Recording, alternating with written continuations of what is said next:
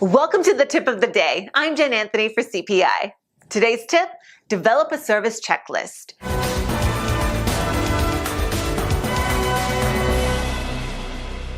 In order to have things run smoothly in the service drive, be aware that preparation is the key to success.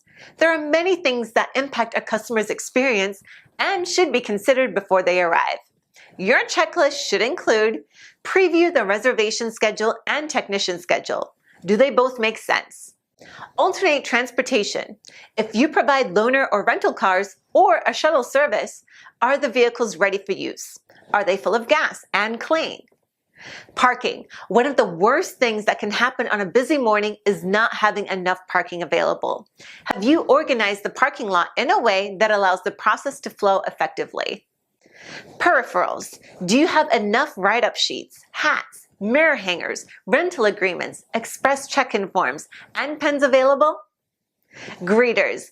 Are there enough people available to help on the drive? Coffee and refreshments. Is it well stocked and clean? Is coffee made? Are there cups and napkins?